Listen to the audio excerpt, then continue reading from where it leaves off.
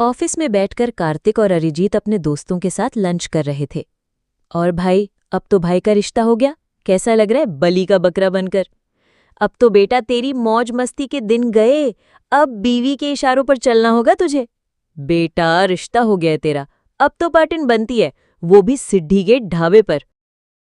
हाँ हाँ, क्यों नहीं। जरूर शाम को चलते हैं फिर। और कार्तिक, तुझे क्या हुआ? तू चुप क्यों है? अरे यार, इसने गांव की गंवार लड़की से शादी करने के लिए कैसे हाँ बोल दी? इतना पढ़ा लिखा मॉडर्न लड़की किसी गंवार लड़की से कैसे शादी कर सकता है?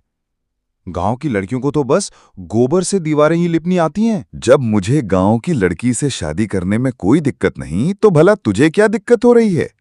लक्षिता भले ही गांव से है, लेकिन अच्छे परिवार से है, राइट? पर जब मैं शादी करूंगा तो एक मॉडल लड़की से करूंगा। जब मैं उसके साथ कहीं चलूं तो हम दोनों का स्टैंडर्ड रहे। अर्जित और कार्तिक बचपन के दोस्त होने के साथ साथ एक दूसरे के पड़ोसी भी थे। कार्तिक का शुरू से सपना था कि वो मॉडर्न लड़की से शादी करे। वहीं उसका दोस्त अर्जित अपने माता पिता की मर्जी से गांव की लड़की लक्षिता से शादी करने के लिए मान जाता है, जिससे कार्तिक नाखुश होता है।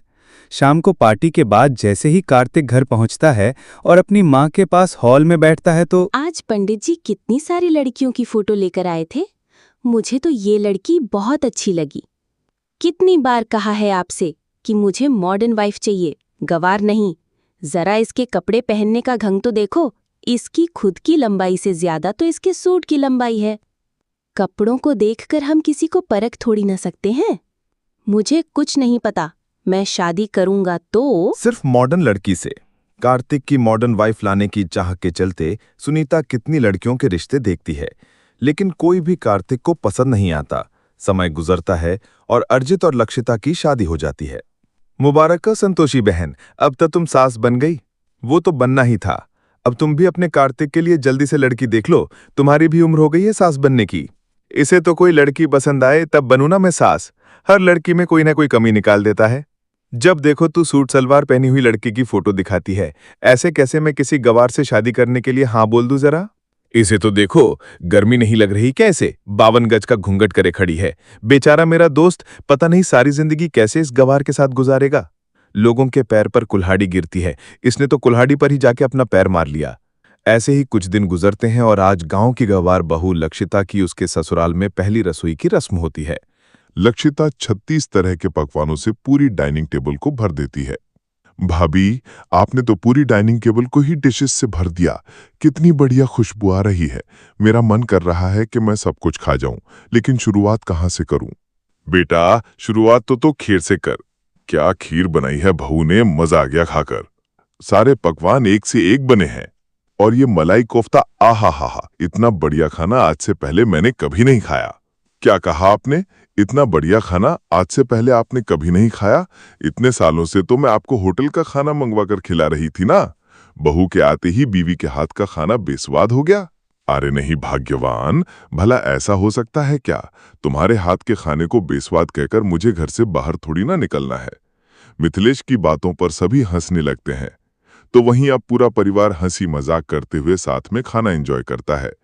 खाने के बाद अब लक्षिता धुले हुए कपड़ों को लेकर छत पर जाती है कि तभी कार्तिक भी अपनी छत पर आता है, जिसे देख लक्षिका, अरे अरे भैया, भैया जी आप नमस्ते, कैसे हैं? भैया जी आप हमारे उनके भाई जैसे दोस्त हुए तो मेरे लिए भी तो भैया जैसे लगे हैं ना। कभी आइए घर पे, आपको अपने हाथों से मसाला चाय पिलाएंगे। चलिए अब हम चलते हैं, काकी को हमारा प्रणाम बोलिएगा। लक्षिता आंगन में जाकर गोबर के उपले बनाकर उन्हें सुखाती है, जिसे अपनी छत से देख, ये भैया जी क्या होता है? इसने तो मेरी सारी पर्सनालिटी ही बदल दी। बेचारा मेरा दोस्त, बड़ा तरस आ रहा है। काश वो मेरी बात सुन लेता। कार्तिक लक्षिता के बोलने के तरीके, उसके पहनावे को लेकर उसे जज कर बैठता है। कुछ दिनों बाद ऑफिस में जब कॉफी पी रहे थे सब तो, ओ भाई के चेहरे की चमक तो देखो, कैसे गुलाब की तरह खिल उठा है। लगता है भाभी जी कुछ ज्यादा ही प्यार लुटा रही हैं। अरे कब मिलवा रहे हो भाभी से? हमें उनके हाथ का टेस्टी टेस्टी खाना खाना है। वैसे वो क्या ही बनाती होंगी, गांव में तो लोग लहसुन प्याज की चटनी, रोटी और दाल वगैरह खाकर गुजारा करते हैं। आई एम श्योर हमें भी यही खाने को मिलेगा।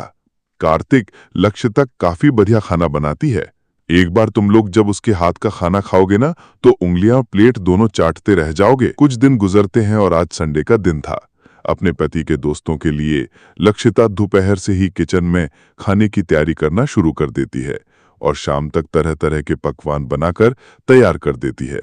जब अर्जित के सभी दोस्त लक्षिता का बनाया हुआ खाना खाते हैं तो तूने बिल्कुल ठीक कहा था, भाभी ने खाना उंगलियां और प्लेट चाटने लायक बनाया था। मजा आ गया भाभी खाकर।